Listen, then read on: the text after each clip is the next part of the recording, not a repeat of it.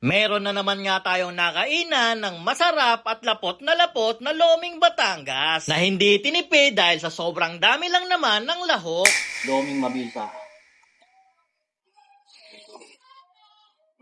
At hindi lang yan dahil meron din sila ditong silog meals na sakto naman para sa mga student. Kaya nga talaga naman mapapadayo at mapapachibog ka dito. Dito lang pala yan sa may bagong bukas na Ormas Kitchen na located sa may 7th Street North Signal, Taguig City. Sa may likod lang pala sila ng gas station. Then guys, nandito nga tayo ngayon sa may 7th Street North Signal dito sa may Taguig at dinayo nga natin dito yung Ormas Kitchen guys. Yan. Ito nga yung mga foods sila dito. Meron sila dito, yan, yung mabisa nga yung tagulan. Lomi. Meron din sila dito mga silog meals. Yan, yung kanila mga silog meals guys. Ito. At ang maganda dito guys, kung mahilig kayo sa kaping barako, yan, meron din sila dito, 22 pesos. Yun guys, ito nga yung kanilang lomi, no? Maraming lahok, yan, meron din chicken fillet, yan. Tapos, yan pa rin, nandito pa rin yung kanilang atay, yan, meron din dito, iba't ibang klase guys, no? Daming laman. Yan, tingnan natin. At natin, para makita natin yung laman sa ilalim. Oh, so, tingnan yung noodles sila guys, mabisa, patataba, no? Yan. Uy. Tikman natin, no? Sa way ng gusto kong pagkain, hindi sa way na mga hanggang Batangas. Guys. Yan. Parehas din yan pupunta sa tiyan. Kasi yung way nila, no, nilalagay nila sa ilalim sa may plato. Kaya may plato to sa ilalim, guys. Pero mas gusto ko yung ganito. Yung nakikita ko yung dami talaga ng foods.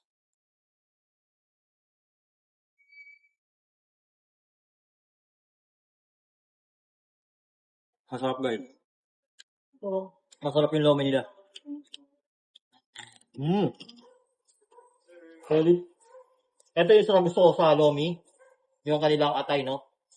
Adobong atay. Tapos lalagyan mo ng maraming sibuyas, guys.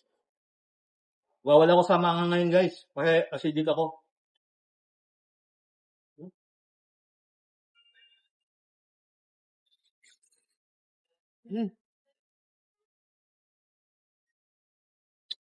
Umbisa niya to guys. Tikman din natin yung kanilang chicken katsu guys. Yan. 115 pesos lang to.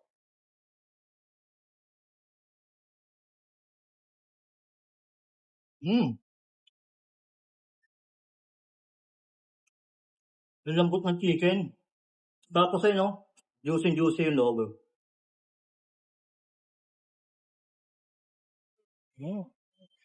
Tapos guys, ayun no, tingnan yung pagkakaluto nila sa egg. So, tikman natin, no? Lagyan natin ng ketchup.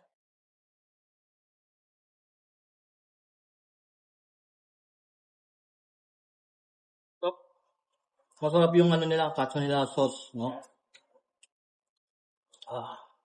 May mga ganito ito dito.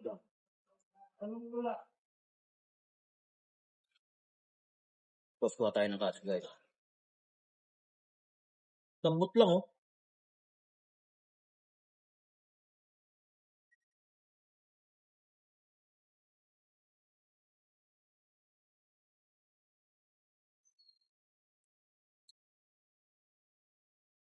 Panalo to sa presyo niya guys. Siyempre guys, tikman din natin yung kanilang Hungarian dito, no? Ayan natin ang ketchup. Mahilig ako sa ketchup guys eh. Pero masarap yung ano nila guys, no? Yung kanilang garlic rice dito. Sulit siya. Kumain na natin to guys.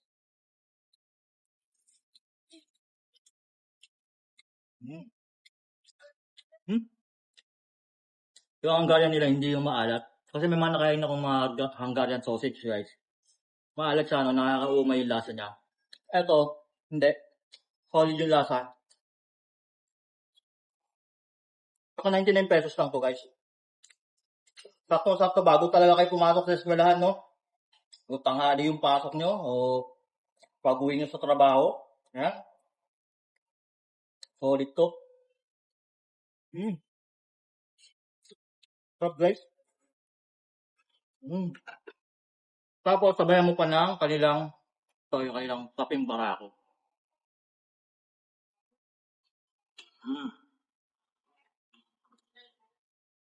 Tapang guys. Sulit. Yun guys, na-open nga sila dito ng alas 3 ng hapon hanggang alas 12 na madaling araw. Yan guys, sa mga gustong food trip ng ganitong foods. So paano? Dayo na kayo dito.